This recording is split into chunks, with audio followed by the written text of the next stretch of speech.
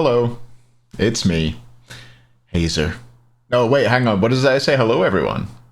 Hello there. Something like that. I don't even know what I say. I know that, yeah, there's a certain someone who gets a little bit upset if I don't do my normal intro, but I don't even know what it is. It's just muscle memory. Anyway, what a great intro. We're here today to talk about AwesomeJake408 and his Yemoja. That's what we're going to be doing in this gameplay POV demo thing. I think Jake started last year as one of the worst Yemojas when she was coming into the meta, and he really improved over the midst of last year, and now I think he's probably the second best Yemoja after only Wrong You, who is, of course, the GOAT Yemoja. But Jake's, he's pretty close. He's pretty close, and I wanted to take a look at one of the games from the Bolts versus Warriors set. Games 1 and 2 were a bit long, so we've gone for game 3, and I thought Jake was the most appropriate to watch. Things we're going to be looking out for, probably his 3 usage for the most part, and how he positions in team fights. Let's see how he positions with regards to his walls and things like that. So yeah, let's jump into the game. Oh, I've prepared one earlier for once. I've set things up, so we're in an okay spot. Hopefully, we have team names at the top. Hopefully on the right sides. Looks like they are. We're gonna go. Ooh, my numlock did not work. Can I? Hello? Oh, okay, that doesn't work. That's no problem. I can just click around. Why is that not working? Oh, looks like it must be. It must have. Okay, I don't know what's happened. Okay. Okay, I think we're good.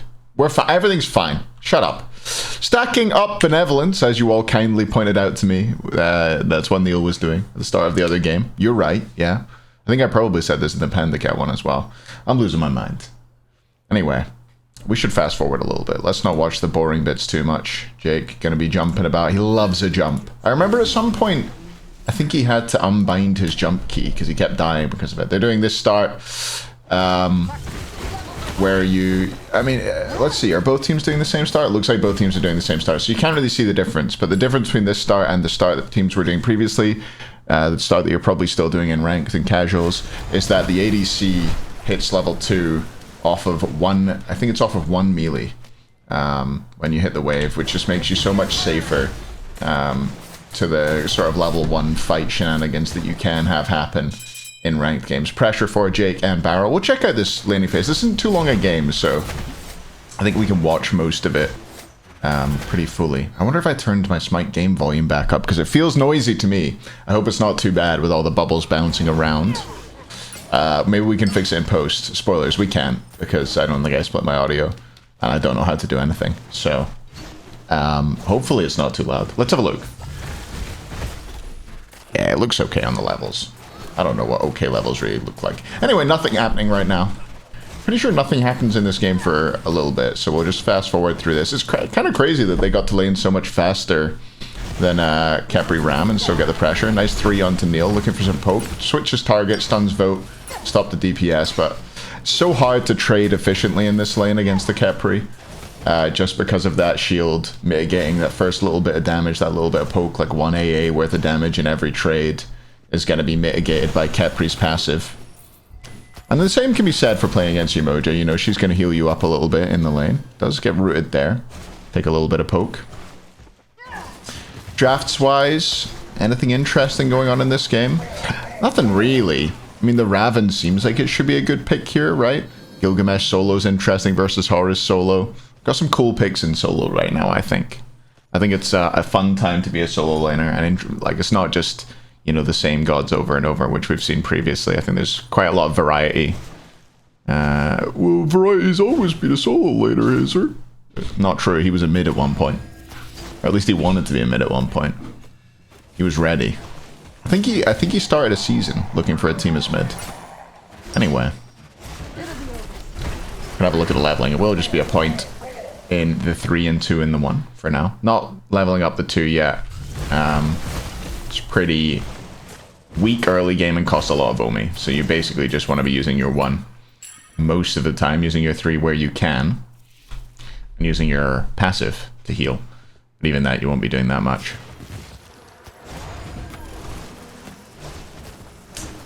Okay. Relics-wise, we do have a shell. Should probably have talked on that. It's going to be, you know, Thebes early, the usual stuff. Shell. I wonder if we'll see a shell upgrade this game. Less important to upgrade shell than it is normally. Supports are spending a lot of gold, more gold relative to anybody else upgrading relics right now. Although I did notice in another set I'll be doing some demos of later on, we did see some upgraded beads coming through a little bit earlier than we're used to in a dragons. It was dragons versus, I think it was dragons versus bolts game 1. So good that we're seeing a little bit of a change in that. Nothing's happening. Nothing's happening. We're fast forwarding. Okay, cool. Fighting for the flower. Making sure to get that. I think I've talked about this before. I don't know, maybe I haven't, but you gotta be on those mid-lefts in time. Very, very important to be there for the 3 minutes 50-ish spawn of duo side mids. And try and get those plus the 4-minute respawn, if you didn't know, because of the totem respawning. We're seeing a little bit of milking going on right now from Mr. Ma, by the way. Ooh, we might get some action here. Looks like a rotation's coming in. 3 forward from Jake to make sure he can catch Neil. Stops him getting out that way. Perfectly placed. Hits everything. And picks up the kill. Really clean stuff from Jake. That is what you want to see from your Yemoja, right? Dang. Dang! And he'll go and milk to celebrate. Vote's on his way. But he's got Van backing him up, so he's going to be safe. I want to see his technique here. Seems like he knows he's just watching over to one side. He should know where... No, but it kind of feels like he isn't... Okay. Weird pathing for me. Dardes looks for a punish, but nope, not enough mana. Shell forced out at least, but... Jake gonna make sure they get a full steepling to 0 there. Let's have a look at the graphs and you can see exactly how much of a difference that makes. That is the steeple popping here. This spike. So it's not insignificant at all. They're behind in XP and gold and now they're ahead in XP and gold. So, yeah. It's nice stuff. It's important. Always be milking, you know. Also always be minking. If you're a Line Shan. Not really. Anyway, what else is going on in this game? Nothing really. We could do some fast forwarding again. Little Jimmy is around for Jake. I don't know if there's going to be any fights coming up. Doing a lot of jumping, as you know. Jumping is not a good thing to do. It's a habit that a lot of players have. We should really all unbind our jump keys at this point. It's just a thing that people do. With their hands, but like while you're jumping, for example, you can't beads immediately, you can't Aegis immediately. Yeah, it keeps you warm, you know. It's like I don't know if people watched Halo back in the day, but people used to do the ogre twitch. I used to ogre twitch. Anyway, red buff, Jake. He's lining up an ult there. You can kind of see by the way he's looking around. He's looking for an ult. Will get absolutely blown up here, no doubt. Nice kill for Kivo Fred. You can watch this fight from the third person, see what happens. Looks like Stinger was used onto Neil, but no kills will come through. Should be a clean disengage. Oh, not yet. What's happening? They really want to fight. Dan's caught. Oh, huge Kraken. Huge circle of protection, but not huge enough. That's going to be a 2 for 2. 3 for 2 in the end, I think, in favor of the bolts. Jake went down early, has respawned. Van, a really good Kraken there. But that's not what we care about. Van, Jake did back, has his Thebes already, and now he has a Ward Chalice and a Sentry Ward. Ward Chalice is, I'm more for Ward Chalice than I used to be. I used to think that the gold early game that you spend on it tended not to be... It's the most important that 400 gold will ever be, right, in the early game. But, I don't know. With the game being less snowbally than it's ever been, having that extra gold get you towards the late game faster, I guess, is nice. I like the way that Jake placed that sentry there to clear that ward, by the way. Placed it a bit further forward, so it's going to catch both sides. The warriors won't know where it's placed as well, so they might end up missing it. Oh, this was a nice 3 out, by the way. Find space. Jake gets pulled back in, kicked into the wall, in trouble, drops his ult, 3's out, manages to survive for now, but Ven did end up falling down. Let's rewatch that quickly. That wasn't... Oh, no. Oh, no. Everything's going to be fine. We'll get there. We'll get there. Let's watch this from third person. How long did we just go back? Goodness. Let's have a look at what triggered this fight. So Neo just is looking for an engage, I guess. Hits a root, and that's it. Ben does not have beads. Gets caught out. Gets CC'd. Good shell by Jake. Placing these 3 to dance around. Blocks an auto. And make sure his mid laner survives for now. But Ven sticks around a little too long. Trying to help out Jake and make sure his support doesn't die. A little bit of helper syndrome there. That's what I call that. Sometimes you just gotta let someone die. Jake has sacrificed himself for you, Ven. The least you could do is survive. Red Invade comes out off of that pick-off as well. Left-hand side. Why am I watching this? We don't care about this. We only care about Jake. Anyway, Barracuda died. Making sure that Gold Fury doesn't get taken in the meanwhile. They do have good vision. So Jake's just staying around here in case this gets pulled, and it will. Circle of Protection is available, so there's not going to be a lot he can do here. Let's see what he does with his ult. No, he just forces them off it. His presence alone is enough. I guess they knew that Haddix was still around, worried about the engage there. They know they don't need to rush this game, so... Well, they think they don't need to rush this game anyway. Oh, Jake being annoying. He's like, yo. Oh, did he get it? He did get it. He stole the milk. Well milked, Jake. That's what you call being annoying. And also, he's holding this wave for his ADC, which is nice. Not something that I would associate with Jake so much is making sure that Barracuda gets all the farm. But he has done it to great effect here. Man. Some growth. That's some character growth right there. Anime Jake. You're telling me Jake this time last year wasn't taking that whole ass wave and probably dying to vote in the 1v1 somehow? But anyway. Nice stuff. Wandering around. What is he doing right now? He's rotating towards mid. Just going where the farm is, I guess. He knows that mids are up and oracles are spawning, so you want to be around those. It's the important neutral farm. Can't out-secure that spirit ball. Looks for a bit of poke, won't be able to do so. Will have noted that maybe there's a ward there now because of Eye of the Jungle. Double Eye of the Jungle. You do get gold for clearing Eye of the Jungle wards, as we're about to see. Right? I didn't even check, but I think that's true. Unless I'm totally losing my mind. And it's the you don't get gold for clearing the thingy, the guy, the bracer. Oh, good ult. Traps in the E set. Will just try and walk away. Knows he doesn't have support there, so doesn't go for the solo kill. Again, growth. Nice disengage. That's one thing the best Yemojas are really good at, is just knowing when that you should disengage a fight. And knowing how to disengage with your 3 and always having enough Omi for it. That's the bit I struggle with, is Omi management. I think that's the hardest thing about playing Yemoja. I'm always tempted to just use skills non-stop. You can see right now he's making sure he's in a... Oh, tries to do a cheeky little play to keep his sentry ward close enough. We'll have little Jimmy arriving shortly. But currently looking for someone on the left-hand side. They've pinged out Vote. Maybe they're... So they know that Vote's not playing safe enough here to know that Jake's here. But they must have an idea that Jake's not on the map. That'll be communicated to Vote that he was in the Geoside jungle. He's not on the map.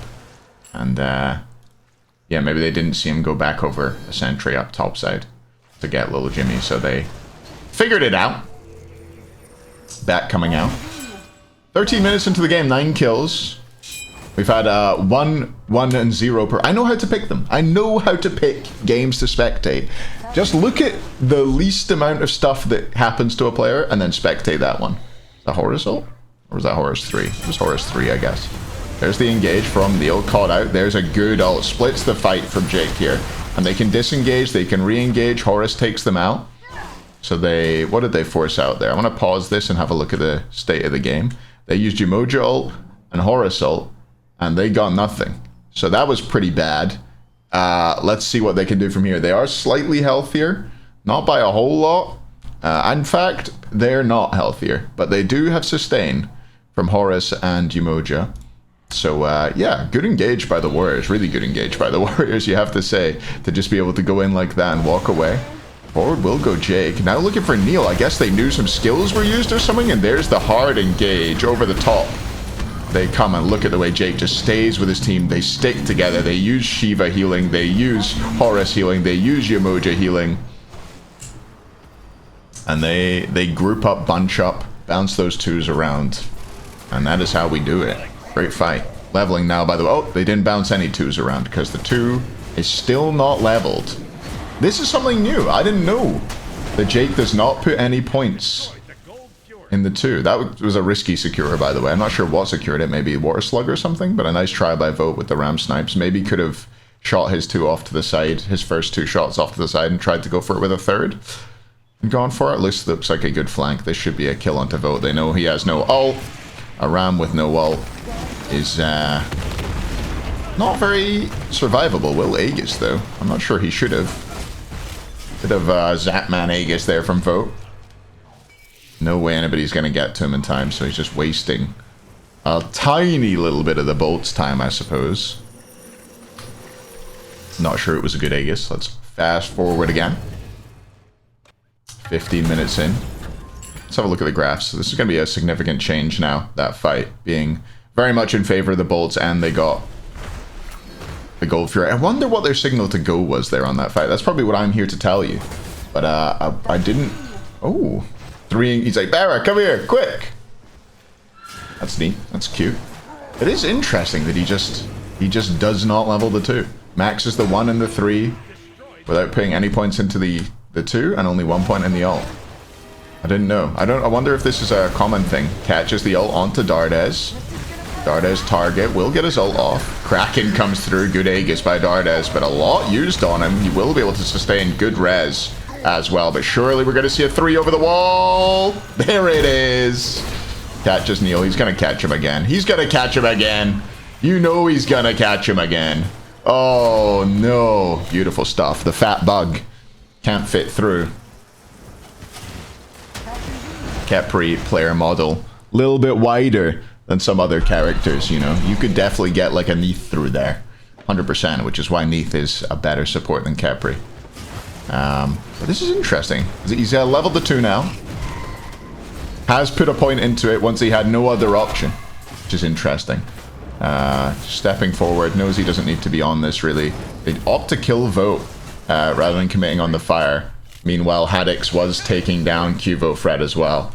So, yeah, it was a bit of a rushed call to contest there by the Warriors. Nika now going to walk forward. He might die as well. He's just going to jump out. They've gone in one by one from 3 different locations, and they have been summarily punished for it by Jake and Co. They get FG 17 minutes, 45 seconds into the game. All 5 of them have it. They have a 7 or 8,000 gold lead, which is about to grow because they should be taking tier 2s off the mat. Haddix pulling them forward. Are they looking for Nika? They are. He jumps out. I think he managed to blink. Drops his ult as well to make sure he gets out. Nice play by Nika, I suppose. No second relic yet for Jake. Still sitting at just a shell, not upgraded. He is level 13 now. See what he does in this fight. Just hitting the... I think it's good to go third person here to see the effect of the wall. So this wall splits the fight really, really well. Stops people hitting his team, lets his team hit the Phoenix, and see what they're doing as well. And now they have won the game, no doubt. That's a Jeej. Surely. Surely that's a Jeej. Oh, get him! Doesn't hit the 3. It's a sad one. There we go. Maybe I'm going to try Yemoja. 1-3 only. It's interesting. It's interesting. I'd love to ask Jake about it. I guess he just doesn't think the 2's worth the Omi. It's a pretty weak healing ability now, to be fair, and he has so much healing in his team with Shiva and Horus there already. And Ven having a Pythags also. So, yeah, there you go. This is Jake's Yemoja. Oh. For now. That was interesting. We learned some stuff. We saw some nice positioning, some great 3s, some great ults from Jake. That was a pretty dominant win by the Bolts. 19 minutes, 19 seconds. Surely some crazy battle happened in 1919. World War I was over by then, right? I don't know. I'm ignorant. Okay, give me a break. Yeah, 3.8k healing. Not surprising, it's a little bit lower than you might expect from a healer in a lot of ways. 4.4k. Player damage, 13 wards placed. Not surprising his wards placed are kind of low because he did not back very often, especially towards the end. Ended up level 14 with no second relic. But a nice game overall from Jake. Really enjoy him on Yemoja. I think that's the god. He's making a name for himself on Nox as well, but Yemoja and Nox are probably the ones you want to keep him off if you want to beat him. Oh, that's the wrong scene. Nice. Cool. That's it for me. Thanks for watching, everybody. We'll have some P-Gon coming soon. I think that's what everybody's waiting for. Maybe we'll do a couple different P-Gon games. And I'm thinking for Warriors versus Titans, I need to watch those games still. So I'll decide what to do once I've watched them. But yeah, thanks for watching, everybody. And I'll see you in another video soon. Like, comment, subscribe. Goodbye. Bye, bye, bye, bye, bye.